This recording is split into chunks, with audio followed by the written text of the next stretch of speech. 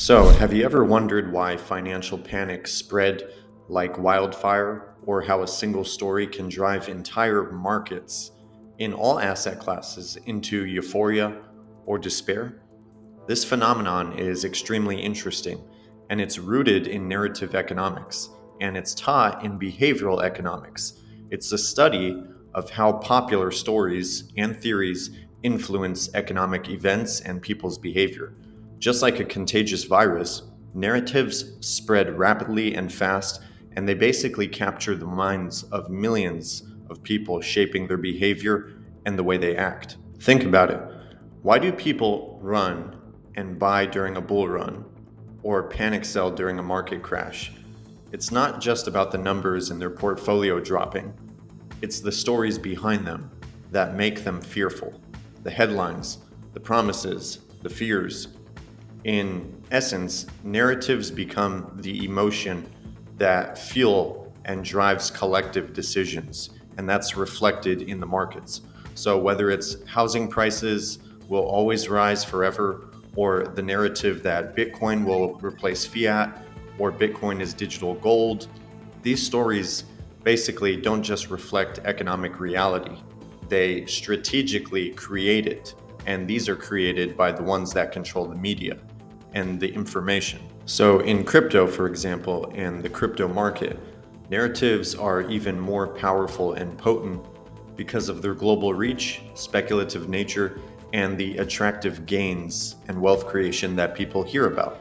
So they're the invisible threads basically connecting retail investors, institutions, and markets like a spider web.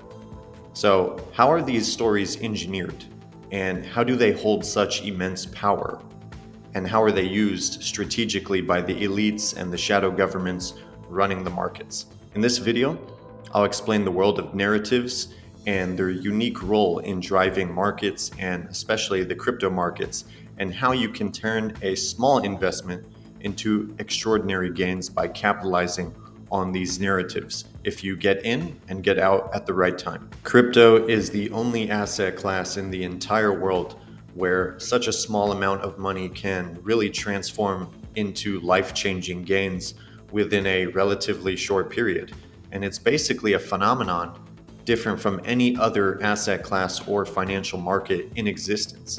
And this is what has drawn millions of investors, either seasoned pros to first-time investors and retail, really looking to capitalize on the wealth building opportunity. But you must understand that crypto markets are driven by one undeniable force, and that's liquidity. Prices rise and fall based on how much money flows in and out. The markets are cyclical and they have cycles, just like currencies have cycles, people have cycles, and empires have cycles. But the liquidity doesn't just appear out of nowhere. It needs a spark, and it comes from central banks increasing the money supply and from money printing and quantitative easing. And on the retail side, from investors, the liquidity often comes from big narratives being pushed onto the public and people buying into the narratives.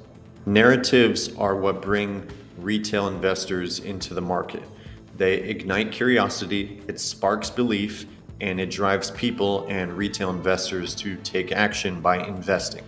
So whether it's Bitcoin as digital gold, tokenization of real-world assets, tokenization of real estate, stablecoins, regulations, or the latest meme coin craze, these stories fuel interest, and retail interest fuels liquidity. So what it basically is a self-reinforcing cycle that creates incredible opportunities, but at the same time significant risks. Now, even though a lot of these narratives are rooted in truth, at the end of the day, they're still narratives. So you just have to distinguish what's true and what's not, and what holds real weight behind them. But at the end of the day, they are narratives. And here's the truth about crypto. It's the most lucrative investing opportunity in the history of mankind. No other asset class in existence has offered the same potential to turn small amounts of money into tremendously life-changing gains so quickly in such a short period of time. But the truth is, these extraordinary gains that we hear about and look forward to aren't just fundamentals and utility, even though that will inevitably come, but they're more about timing and understanding the narratives that drive the markets. You see, as a long-term investor, I've been accumulating crypto and digital assets during the bear market and for many years, strategically building my portfolio in a calculated fashion. While I do believe in the power of utility and fundamentals in these digital assets, as a matter of fact, that's one of the main pillars of my investment philosophy.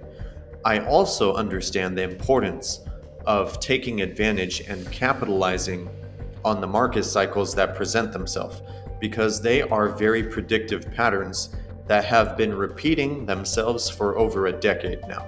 Now, I'm going to be honest with you. Ignoring the altcoin season and ignoring taking advantage of that when it comes every 4 years would basically mean that you're walking away from crypto's greatest opportunities for wealth creation. That's why, even though I won't sell all my positions and my entire portfolio during the altcoin season in 2025, I will take calculated profits on a portion of my holdings once I see a substantial increase that I'm content with. And that's why I've been accumulating for so long a large position in order to sell and take advantage of the altcoin season. You see, it's about balance, leveraging the narratives while staying grounded in fundamentals. And it's so predictive. Every 4 years we have a election, we have a bull run, a Bitcoin halving, and a debt refinance cycle. So it's a smart move to make if it's calculated. But here's where it gets a little bit uncomfortable. And I'm fine with that because I don't do this to tell you what you want to hear because I could care less. I do this to tell people what they need to hear and what they should understand to be successful in these markets. The truth is, the biggest players in the game, the institutions, the venture capitalists, the whales, the insiders, they understand the power of narratives better than anyone else, and they're a lot smarter than we think. They're not just riding the wave, they're the ones shaping it. From orchestrated media campaigns to coordinated hype cycles, they are the ones that drive retail investors to buy into the stories and narratives. And when retail floods in, guess what they're doing? They're offloading their positions. It's called exit liquidity. It's a harsh reality that is true. Retail always becomes the exit liquidity for the insiders and the whales because retail is never early and they always buy at the top of the market and they always buy the narrative and the hype. And this isn't speculation. This is a fact that this is a coordinated strategy and it's what they do. The largest crypto alliances and companies, including the Ethereum Foundation, Coinbase, always do large aggressive marketing campaigns right before altcoin season every 4 years, like clockwork, on the 4-year cycle. So this is no way a coincidence. It's calculated. These campaigns amplify the narratives to drive retail buying in at the peak, at the top of the market, and they allow insiders and the whales to cash out with massive gains using retail as exit liquidity. As a matter of fact, in behavioral economics, narratives are recognized as a powerful driver of collective behavior. Stories spread like viruses. They're contagious ideas that influence how we invest, spend, and innovate. And crypto narratives are especially more potent, as I said previously, because they tap into the deep emotional triggers like hope, fear, optimism, greed, and the promise of financial freedom. And they are the things that shape our decisions. And while narratives can sometimes be over-exaggerated or even purely 100% speculative, many of the narratives are rooted in truth. For example, tokenization, regulations. These are things that are actually coming. Utility. For example, the narrative around NFTs being the future of art and culture, created a market frenzy in 2021 in the last bull run. It was a narrative driving billions of dollars into the space. While the technology has real potential, obviously, the hype led to an oversaturated, over-greedy market, leaving many retail investors that bought in at the top holding the bag when the bubble bursted and the market crashed. And I think this year in 2025 is going to be no different, to be honest. We might have utility, but we're still going to have a crash. Every narrative follows a very predictive cycle. This is the blueprint for how it plays out in stages. Every narrative follows a predictive cycle. First is the birth of a new idea. It begins to spread like wildfire, and basically, such as DeFi will replace traditional banking, which is rooted in some truth, but it's still a narrative. So it's the idea. The second is the growth of that idea and the early adopters that validate the story and come in, and it gains traction and spreads even more.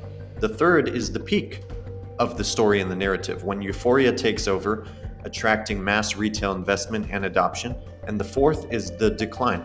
The skepticism sets in and the story begins to unravel right before it all crashes. So recognizing this cycle is critical. If you're entering a narrative at its peak, you're likely providing liquidity to the whales and the insiders or someone else's exit.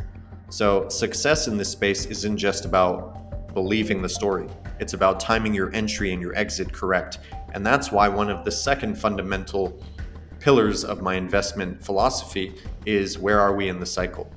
So we know when to get in and when to get out. So as we move into the next cycle, several narratives are taking shape, and being aware of them is essential. So ladies and gentlemen, key themes to watch out for include regulations, store of value, stable coins, decentralized finance, payments, DeFi, tokenization of real-world assets, gaming, which is GameFi, artificial intelligence, AI, and meme coins, as well as restaking.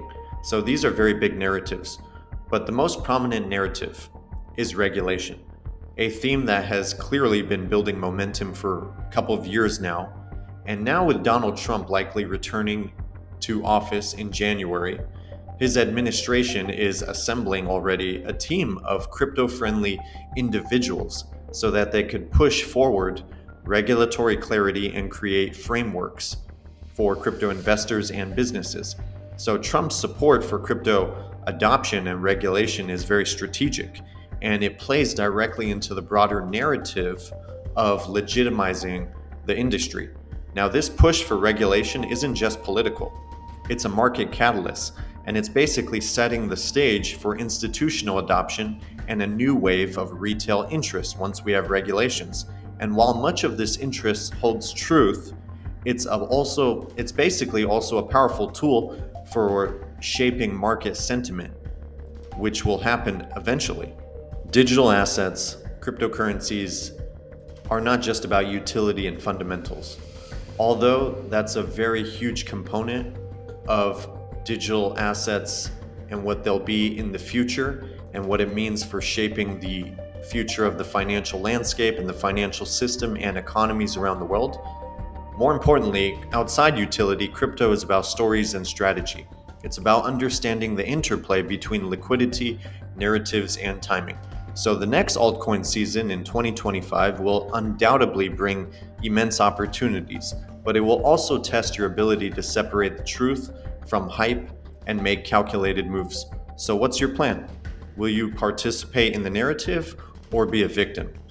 I'll catch you guys in the next one.